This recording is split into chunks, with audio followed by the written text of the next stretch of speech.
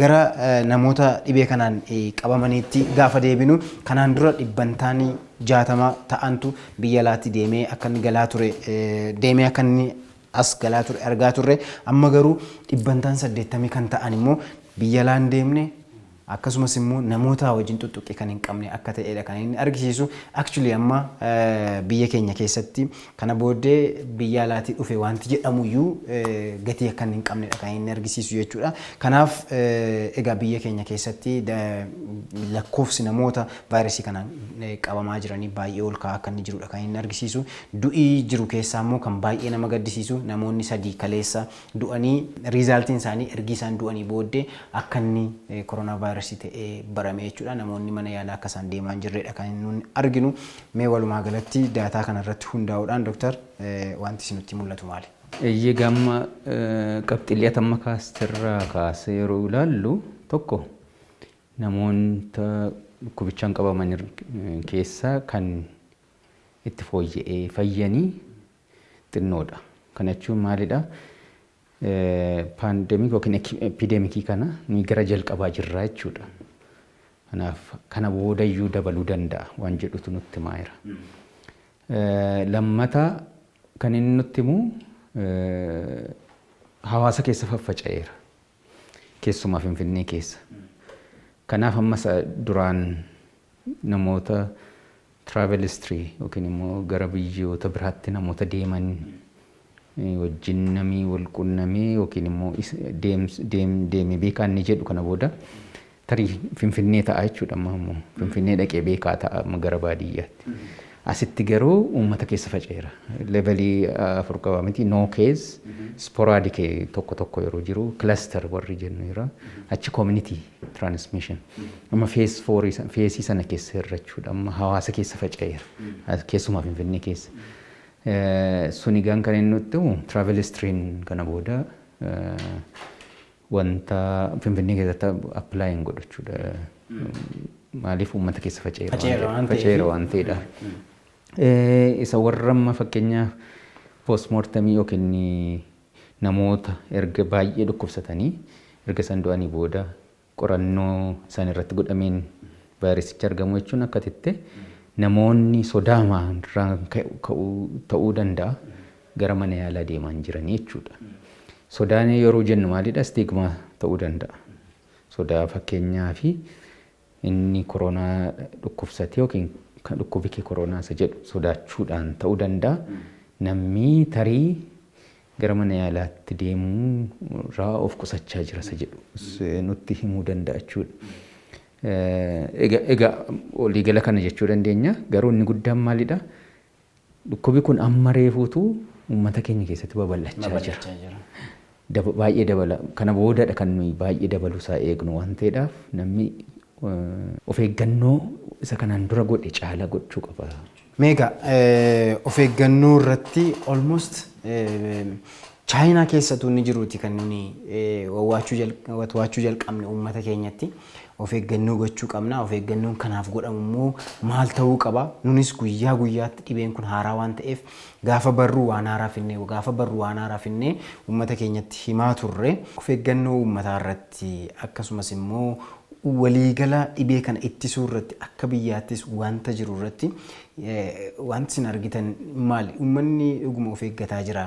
Qaamoleen dhimmi isaa ilaallatu dhibeen kun akka hin babal'annee fi wanti hojjetamaa jiru maal fakkaata? Wanti kun of eeggannoo inni jedhamu namarraa fagaachuu, harka dhiqachuu yookiin saanitaayizarii dibachuu ta'uu danda'a yookiin maaskii godhachuu ta'uu danda'a. Isaan kun jijjiirannaa amalaa barbaadu. Jijjiirannaan amalaa al tokkoon hin dhufu. Yeroo dheeraa fudhata. Jijjiiramni jira uummata keessas yoo ilaalle qaamonni instituushinii dhaabbata kan mootummaa yookiin miti mootummaas ta'uu danda'u jijjiiramni jira. Garuu akka inni ilaalutti quubsaa dhadhee yaaduun. Hawaasa keessatti amma akkuma jennee amala jijjiirannaan yeroo fudhata. Lammata immoo haalli jireenya hawaasaas isa nuyi jennu sanaaf wajjin deemuu dhiisuu danda'a. Yeroo waan fudhatuufis deebisees immoo fakkeenyaaf haala tiraanspoortii yoo ilaalle namaan walirraa fagaadhaa jetta. Garuu tiraanspoortii gahaan hin jiru taanaan tiraanspoorteeshiniin gahaan hin jiru taanaan namni wal saamaa jechuudha. Konkolaataa dhufetti seenee yeroo waa'ee koronaa inni irraanfata yeroo sanatti. Kanaaf eessa jira rakkoon isaa nama uummata qofaa duwwaa miti. Qaamolee ilaallatu warra tiraanspoorteeshinii haala isaa fooyyessuun irra jiru. Yookiin immoo naannoo hospitaalaa yookiin naannoo mana wal'aansaa bira yeroo ilaallus akkasuma hanqinni guddaatu jira. Maaskii argachuudhaaf fakkeenyaaf maaskiin sadarkaan isa wal caala hammam dhiyeessaa jiru. Hammam protective equipment warra jennu sana hammamtu dhiyaataa jira. Gaadha sadarkaa isa kan eegedha. Inni kuni qorannoo yoo barbaadiyyuu hanqinni akka jiru hundumatu walii gala deema yaada. Kanaaf uummata bira jijjiiramni jira garuu quubsaa miti. Dhaabbolii mootummaa haa ta'u miti mootummaa warri waan kana irratti gahee qabaatanii hirmaannaa gochuu qaban birattis hammi ta'e jira garuu quubsaa miti jedhee yaada.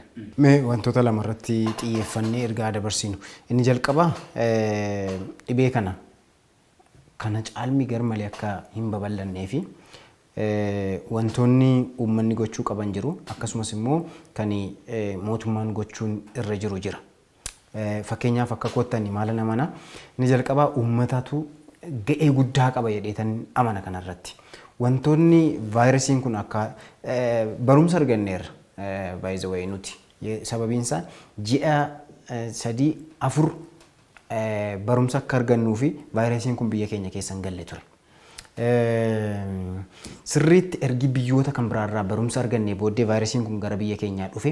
Kanaaf haala ittisa vaayirasii kana hamma ta'ee biyyoota kan biraarraa Afrikaan gaarumatti waa argateera jedhee ta'ii yaada.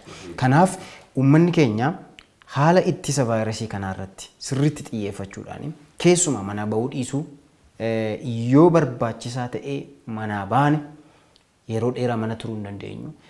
Anneseesarii garuu kaaffee dhaquudhaaf, geemii taphachuudhaaf, puulii taphachuudhaaf yoo haala jireenyaa wajjin sirriitti wal qabatee ala gara bakkeettuu bahuu dhiisanii. Inni lammaffaan bahuun dirqama taanaan garuu yoo xiqqaate namarraa tarkaanfii 2 fagaachuu. Isayyuu tarkaanfii 2 fagaannee maaskii fayyadamuun dirqama ta'a jechuudha. Sababiin isaa yoo namni haxxiffate yoo xinnaate hamma meetirii 12 yoo namni qufe yoo xinnaate hamma meetirii 12 deemuu danda'a. Amma tarkaanfii 12 deemuu danda'a wanti jedhu ba'aa jira amma riisarchoota garaagaraa irraa jechuudha. Kanaaf maaskii yoo kaa'anne garuu nama kan biraatti akka inni utaalee hin deemne gochuu dandeenya waan ta'eef maaskii kaa'achuun akkasumas harka dhiqachuu akka waan laayyootti ilaaluu dhiisanii waan jedhu ni yaada qaba. Egaa kan biraan mootummaan waan inni gochuu qabu akka kootti wanti amanuu fi akkasumas epidemiolojistoota tokko gaafa haasofsiisu duuka bu'umsa dhibee kana contact tracing kan jedhan irratti rakkoon akka jiru ni dubbatama karaa keessaa namoota walii wajjin haasofnurraa. Kun immoo haala jireenya uummataarraa akka inni ka'edha kan isaan haasa'aa jiran. Keessumaa Finfinnee keessatti contact tracingiin akka hojjetamuuf yoo xinnaate Finfinneen torban tokko hamma torban 2 cufamuun dirqamaa jedhanii epidemiolojistoonni ekspertoonni tokko ni kaa'u. Garuu haala ikoonoomii irraan kaasanii namoonni baay'een kun gaarii miti jedhanii yeroo isaan kaasan jira. Jalqaba airlinesiin keenya akka inni cufamuu fi yookaan immoo airlinesiin keenya namoota biyya alaarraa akka inni hin finne keessuma Chaayinaa tiraavilii akka inni hin goone yeroo baay'ee dubbataa turre. Ergi dhibeen kun biyya keessa galeetii booddeedha kan dhaabate. Ammas yeroo fakkeenyaa fi contact tracingiidhaa fi yeroo bitachuudhaa fi Finfinneen yeroo muraasaaf cufamtee kan jedhanii kaasan jiru. Anis isatti baay'ee naman utuu Finfinneen yeroo torban tokko amma torban 2 cufamtee contact tracingiidhaa fi yeroo argatanii warri RRT warra dhaman jechuudha. Isaanitu yeroo sirriitti argatanii cufamee eenyuun tuqee akkamittiin kan jedhu yeroo argachuudhaaf. Sababiin isaa yoo banaa ta'e guyyaa guyyaatti kontaaktii haaraatu uumama waan ta'eef kan jedhutu jira. Egaa uummanni keenya of eeggannoo isaa cimsu akkasumas immoo mootummaan meesharii fudhachuu qabu eerlii dafeetu fudhatee kan jedhu jira. Kanaaf kanarratti waan dabalta yoo jiraate. Egaa waanidha itti gaafatamummaa guddaan abbicha harka jira abbaa jechuun uummata biradha nama dhuunfaa biradha. Kan akkanatti dhufuun barbaadu taanaan nama of eeggachuu qaba. Sana irraa fagaachuu isa jedhus amma gaan uummata keessa faffaca'eera waan ta'eef maaskii godhachuunis amma hundumaafuu barbaachisaadha jechuudha. Deebi'ee harka dhiqannaa yookiin saanitaayizarii isa ta'u isa dibachuun atleast hin hir'isa wanta jiru. Akkuma teetti immoo wanta hin barbaachisneef otoo obsanii mana taa'uu danda'anii bahuu irraa of qusachuun waan guddaadha. Wanta baay'ee barbaachisaa ta'eef egaa dirqama jireenyaatiin garuu isa kaanirraa yoo of qusatanii atleast sumammaa dhiibbaa tiraanspoorteeshinii irratti uumu sanillee hir'isuun hin danda'ama jechuudha. Kanaaf itti gaafatamummaa guddaa kan fudhachuu qabu abbichadha. Nama dhuunfaa akka hawaasaatti immoo hawaasa ta'a jechuudha. Karaa inni kaan maalidha? Siisteemii fayyaas haa ta'u warra tiraanspoorteeshinii akkuma diinagdeen keenyas haa ta'u akkuma biyyaatti sadarkaa biyyattiin irra jirtu fakkaata wanti jiru. Akka warra biyyoota guddate gochuun hin danda'amu garuu wanti mootu godhamuu danda'anii laafaa ta'an jiru. Finfinnee tarii daangessanii tursuun duraan utuu ta'eera ta'e baay'ee kontirool gochuudhaafis to'achuudhaaf baay'ee nu gargaara ture. Egaa akkuma tettee jalqaba tiraanspoorteeshinii eer tiraanspoortii ture. Egaa inni impoortii godheera koronaan sababa sanaatiif isaanis egaa sababa diinagdee biyyattiitiif jedhu deebi'ee immoo Finfinneetti utuu to'atamuu danda'amu ammas immoo faca'aa jira waan ta'eedhaaf kontaakt tireesingii sana jabeessaa ammayyuu yoo danda'ame adeemsa nama daangessuun barbaachisaadha deeman amananis irra guddaa garuu namni manaa bahee deebi'e sanarraa of eeggannoo gochuun yookiin fageenya eeguun sun maaskii godhachuun sun barbaachisaadha. Egaa wanti gara biraan irratti haasa'uu qabnu biiroon eegumsa fayyaa Oromiyaa irraas wantoonni dhufan ni jiru. Akkasumas immoo ruumaroota tokko tokko kan dhageenyu jira. Ruumarii qofas miti immoo namoonni du'anii argaman kunillee ragaadha nuuf jechuudha. Namoonni mana yaalaa baqataa akka isaan jiran keessuma koronaa of shakkaniinnan gara mana yaalaa deemaa akka hin jirre isolation lafatti yaala argatan sana adda baasanii lafatti yaalamaa jiran sana akka mana hidhaatti lakkaa'uu akka iddoo baay'ee gaariin taanetti lakkaa'anii baduutu jira waan jedhamu informationiin sun jiranna. Uummanni keenya sanarratti hubannoo ga'aa argachuu danda'utu irra jira. Tokkoffaa vaayirasii kanaan yoo of shakkee dhaqee ilaalamuun akka irra jiru. Lammaffaa vaayirasii kanaan yoo qabame immoo uummata keessa turuu akka hin qabne. Ameerikaatti yookaan biyyoota guddatanitti namni of ilaala yoo of shakkee qofaatti of tursa haalli jireenya isaa mijataadha. Biyya keenya keessatti garuu mijataa miti. Mana tokko keessa nama 10 ol yeroo inni jiraatu ni jira. Akkasumas ollaan walitti yaa'uu, namoonni walitti dhufuu, giddii maalillee walirraa hin siqnu yoo jennellee iddoo tokko tokkotti yeroo inni dirqama ta'e walitti siqnu jira. Haalumti jireenyaa jechuudha keessumaa magaalota keessatti. Kanarratti uummanni keenya hubannoo addaa argachuu qaba. Kana jennee xumurruun doktor. Dhugaadha gama haala jireenya hawaasaatti kan dirqisiisu. Fakkeenyaaf namni doogayii yookiin boo'icha dhaquutu akka hawaasaatti dirqamadha. Dhaquutu irra jira. Garuu achitti maal gochuun qaba isa jedhu yeroo hundumaa namni of ilaaluu qaba jedhee yaada. Mana keessattis akkasuma gaan jireenyi hin dirqisiisa. Har'a nama tokkoon qobaatti mana baheechuun rakkisaadha. Hallumti diinagdis hin eeyyamuuf waan ta'edha. Naannoo baadiyyaa warri jiran garuu hin danda'u. Amma muuxannooma yeroo bara maaree fa'aa yoo abbootii irraa qoratanii namni yeroo maareedhaan qabamu maal gochaa turan isa jedhu duuba deebi'anii namni ilaaluu qaba jedhee yaadan. yeroo baramaarii sana akkamittiin kontiroolii godhanii nama mallattoo dhukkuba sana irratti mul'ate isaan yeroo sana maal godhu godoo kophaatti ijaaruu fi achittitu waan barbaachisu tajaajiluun.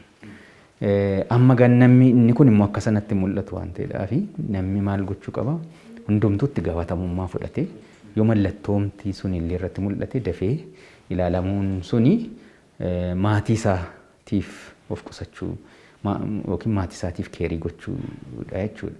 Akka tettee namni gaan waa'ee bakka kwaaraantiinii sana bakka tursiisan sana yookiin isolation centeroota sana yeroo turu akka manadhaatti ilaala. Suni gaan lafuma ka'ee natti hin fakkaatu.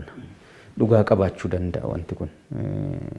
Achi haalli jiru namoonni ba'anii yookiin lixanii ba'an sun muuxannoo isaan nama biraadhaaf hirantu tarii akka sanatti akka namni sodaatu godhe jedhee man fudhatan. Kanaaf namni akkuma inni maatii isaatiif of eeggachuu qabu naannoo isolation yookiin quarantine centeriin suni xiyyeeffannoodhaan ilaalamee bakka nama hawwatu ta'uu qaba deeman fudhaa. Tarii kun gaan fooyyessuun hin danda'amaa isa jedhu warra keessa jirutu beeka garuu akka nama tokkotti kan yaadu garuu naannoon suni namni yoo dhaqee akkaataa inni sammuun isaatti miidhamne gochuu ni warra institutionii dhaabbattoota achi jiran irraa eegama deeman fudhaa. Egaa al tokko jireenya hadhaa jiraachuunis nurraa eegamuu danda'a.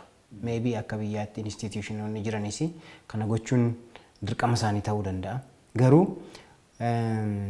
ofii koo irra darbee mucaa kootii fi haadha manaa kootii fi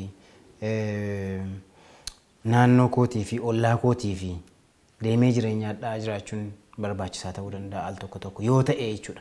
Garuu jireenya maybe baay'ee gaarii hin taane yoo ta'e illee fayyaa keenyaa fi follow up ni arganna. Dhibee kana fayyisuun hin danda'amu yoo ta'e, qoricha hin qabu yoo ta'e, talaallee hin qabu yoo ta'e iyyuu waan dhibeen kun nutti fidu hakiimonni achi jiran, narsoonni achi jiranii waan dhibeen kun nutti fidu hordofuudhaan isaaniif yaala nuu kennu. Fakkeenyaaf mataa cabsaa garmalee yoo ta'e mataa cabsaa keenya yaalu. Dhagna gubaa ol ka'aa yoo ta'e dhagna gubaa keenya yaalu. Deemee hafuura baafachuu dadhabuurra geenya yoo ta'es gara oksijiinii nuu kennu mechanical ventilator irra nu gochuu haga sanaatti nu yaalu waan ta'eef gara mana yaalaa yookaan immoo gara isolation center dhaqanii yaala argachuun I think baay'ee barbaachisaadha. Tokkoffaa ofii keenyaaf, lammaffaa immoo namoota wajjin jiraannu sanaaf gaarii ta'ee yaada. Namoonni sadan kaleessa reported ta'an du'an suni utuu mana yaalaa dhufaniiru ta'e maybe hin du'anii laata kan jedhu qaba waan ta'eef hin jedha. Kanaaf maybe gara mana yaalaa dhaqanii of qorachiisuun nan shakke jedhanii laaboraatooriidhaaf saamuuda kennuun akkasumas immoo yoo qabaman immoo bilbila isaanii cufu baduurraa gara mana yaalaa deemanii yaalamuun biyya keenyas ofii isaaniis maatii isaaniis oolchuu danda'a dheetan yaada.